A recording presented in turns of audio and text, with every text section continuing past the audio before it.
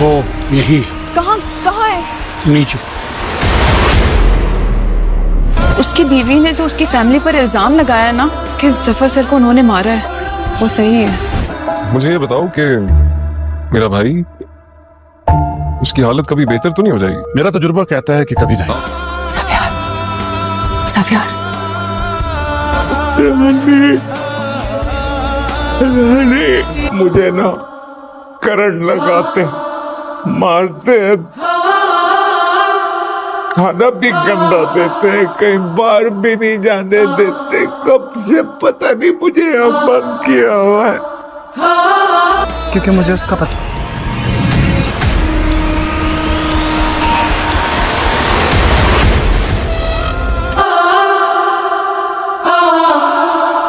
कहाँ चली गई थी तुम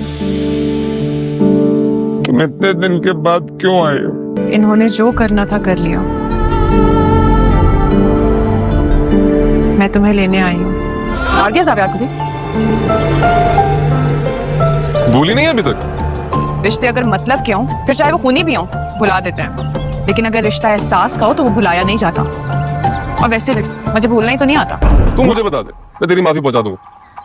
तुझे कभी भी ख्याल नहीं आता कि तूने भी मरना एक दिन? और अपनी मर्जी की जिंदगी जीने के बाद मरना। अभी वक्त तेरी मुट्ठी में है। अगर एक बार मेरी मुट्ठी में आ गया तो सोच तेरा क्या होगा। आप हमारी फैमिली मैटर्स में इंटरफेयर नहीं करेंगे। जावियार, कल डाइवोर्स पेपर्स जावियार की तरफ से आपको मिल जाएंगे। लेकिन वो मैं जावियार से मिलके ही देखूंगी, ऐसे नहीं।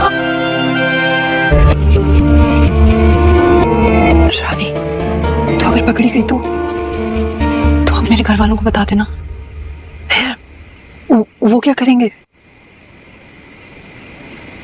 एक मिनट, मेरा नाम रानी है। मैंने देखा है जफर सर का बेटा जावियार इस पागल खाने में बंद है और मुझे अंदर जाकर उससे मिलने से रोक रहे हैं। लेकिन मैं छुप कर अंदर जा रही हूँ।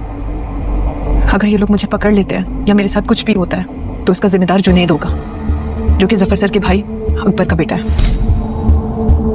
राजा रानी की आने वाली नई एपिसोड बहुत ज़्यादा इंटरेस्टिंग होने वाली है। यहाँ रानी आखिरकार जावियार को ढूंढ ही लेती है और यहाँ जावियार जो है काफ़ी ज़्यादा परेशान है। अब रानी जब अंदर जाने लगती है तो भी अम्मा कहती हैं कि अगर तुम अंदर चली गई और तुम्हें पकड़ी गई तो फिर क्या होगा और मैं तुम्हारे घर वालों को क्या जवाब दूंगी। तो भी अम्मा को जब ये बात कहती है रानी को, तो रानी सोचते हुए एकदम से अपने मोबाइल निकालती है और अपनी वीडियो बनाती है और उसमें यह बयान देती है कि यहाँ मुझे पता चला है कि जफ़र साहब का बेटे को यहाँ कैद किया गया है और उनके साथ बहुत बुरा रवैया किया जा रहा है और मैं अंदर जा रही हूँ, मुझे जाने से रोका जा रहा है। अगर मैं पकड़ी जाती हूँ तो मेरे साथ कुछ भी हुआ और तो इसका जिम्मेदार जो होगा वो जुनेद होगा। यहाँ भी अम्मा भी काफ़ी ज़्यादा परेशान है और वो रानी की जान को भी ख़तरे में नहीं डालना चाहती, लेकिन वो जावियार को भी बचाना चाहती हैं क्योंकि ज़फ़र साहब के एहसानात के नीचे तो दोनों ही दबी हुई हैं और एक इंसानियत के रिश्ते के तहत भी ये जावियार की मदद करना चाहती हैं। अब यहाँ रानी किसी तरीके से बचा कर पहुँच तो जाती है जावियार तक। रानी एक बुरखे के निकाब में होती है और जैसे ही जावियार की हालत को अपने आँखों के सामने देखती है तो वो काफ़ी ज़्यादा परेशान हो जाती है और यहाँ रानी जावियार से मुलाकात करने आ जाएगी।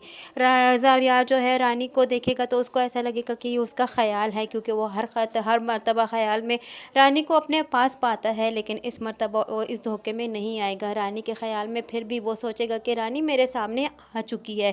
यहाँ रानी जावियार के पास आती है तो जावियार को छूती है तो जावियार का हाथ पकड़ती है तो और उसे आवाज़ देती है। तो जावियार रानी से कहेगा कि तुम कहाँ चली गई थी और मैं तुम्हें काफ़ी ज़्यादा ढूंढ रहा था, तुम मुझसे क्यों नाराज़ हो गई थी। जावियार जो है वो रानी का हाथ पकड़ लेते हैं और रानी जावियार को तसल्ली देती है और इसे हिम्मत दिलाती है और उसे इस बात का यकीन दिलाती है कि वो इसे इस जगह से ज़रूर लेके जाएगी और वो इसको बचाएगी और वो इसका इलाज करवाएगी। यहाँ जावियार जो है काफ़ी ज़्यादा परेशान होता है और उसकी अपनी दर्द बड़ी कहानी जो है वो रानी को सुनाने लगता है। तो रानी उसे कहती है कि अपनी सारी दर्द बड़ी कहानी इस वीडियो कैमरे में सुनाओ। रानी यहाँ उसकी पूरी रिकॉर्डिंग कर लेगी और यहाँ बचा कर आखिरकार रानी वापस निकल ही जाएगी। रानी की किस्मत अच्छी होगी कि वो किसी न किसी तरीके से निकल ही जाएगी। रानी को ज़ावियार को बचाने के लिए कुछ भी करना होगा, क्योंकि रानी के पास टाइम अब बहुत कम रह चुका है। अगर मज़ीद ज़ावियार ने यहाँ टाइम स्पेंड किया तो ज़ावियार के साथ कुछ भी हो सकता है। रानी अपनी अगली मदद जो है वो अपना मददगार एक वकील को पाएगी। यहाँ जुनैद के अब दिन बुरे शुरू होने ही वाले हैं, बस कुछ टाइम तक।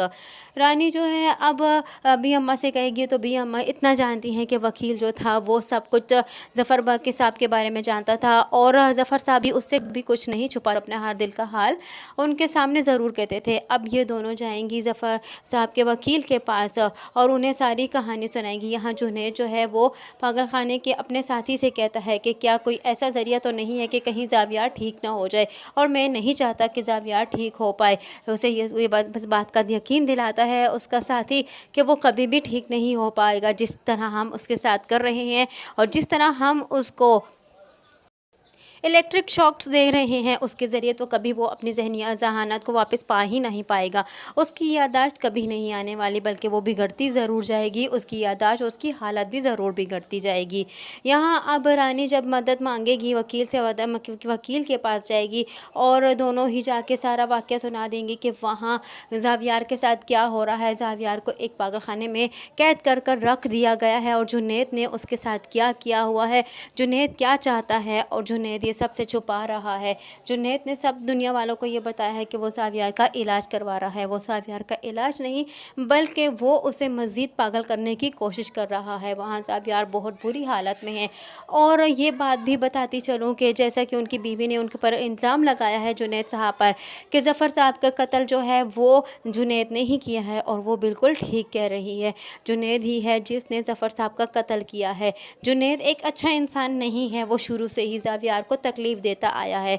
यहाँ ज़ावियार जो है वो रोएगा और रानी से कहेगा कि तुम कहाँ चली गई थी मुझे अकेला छोड़कर। यहाँ रानी जुनैद को तसल्ली देते हुए कहेगी कि पहले जुनैद का वक्त था, अब हमारा वक्त शुरू हो चुका है। अब हम उन लोगों को नहीं छोड़ेंगे जिन्होंने तुम्हारे साथ बहुत बुरा रवैया इख्तियार किया।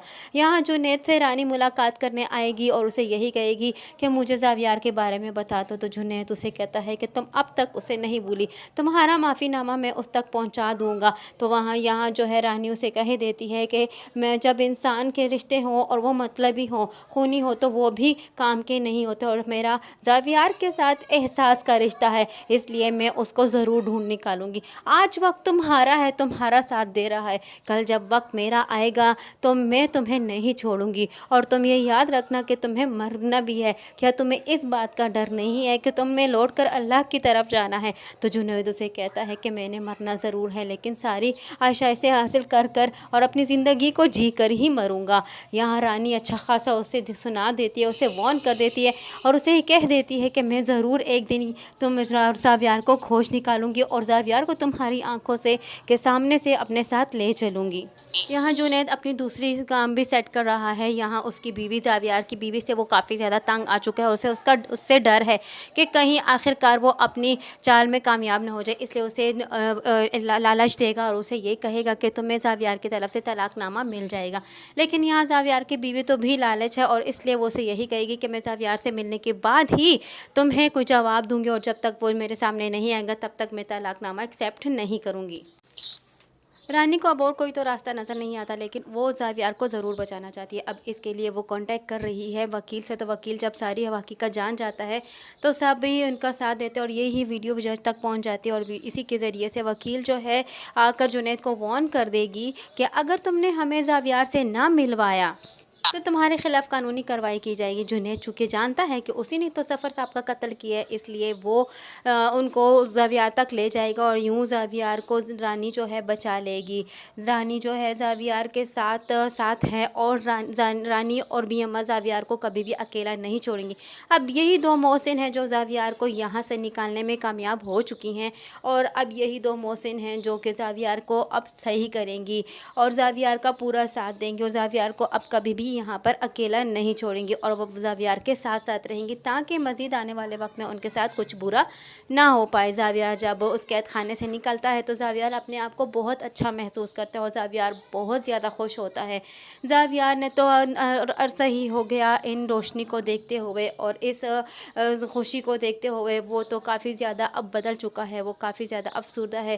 रास्ते में भी आते हुए वो काफ़ी ज़्यादा गहरी सोच में होता है। जो कुछ उसके साथ हुआ वो उस हादसे को अब नहीं भुला पाएगा, बल्कि उस हादसे ने मज़ीद उसके जहन पर बहुत बड़ा असर पैदा कर दिया है। यहाँ वकील जो है ज़ावियार से पूछेगी कि आपके डैड के आने तक आप किसके पास रहना पसंद करोगे।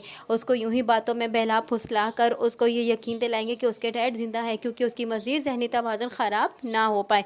तो यही कह देगा ज़ावियार कि मैं तब तक रानी के पास रहूँगा। रानी से उसको काफ़ी ज़्यादा लगाव हो चुका है, अब रानी के पास ही वो रहेगा और रानी उसका यहाँ रहकर इलाज करवाएगी और यूँ रानी को जो है वो ज़ावियार को ठीक कर देगी। ज़ावियार रानी के साथ रहते रहते ज़ावियार रानी से मोहब्बत करने लगेगा और यूँ रानी को भी ज़ावियार से आहिस्ता आहिस्ता मोहब्बत होने लगेगी। जब रानी का राजा हकीकत में उसके सामने आ खड़ा होगा तो उसको अब ज़ावियार की सूरत में सिर्फ राजे की सूरत में अपना ज़ावियार ही नज़र आएगा। मज़ीद आगे क्या होने वाला है यही सब कुछ जानने के लिए जुड़े रहिए अनाया रिव्यू के साथ। जाते जाते कमेंट बॉक्स में ये बताते चलिएगा कि क्या रानी जो है ज़ावियार से मोहब्बत करने लगेगी और क्या रानी का राजा वाकई में ज़ावियार है या नहीं कोई और है।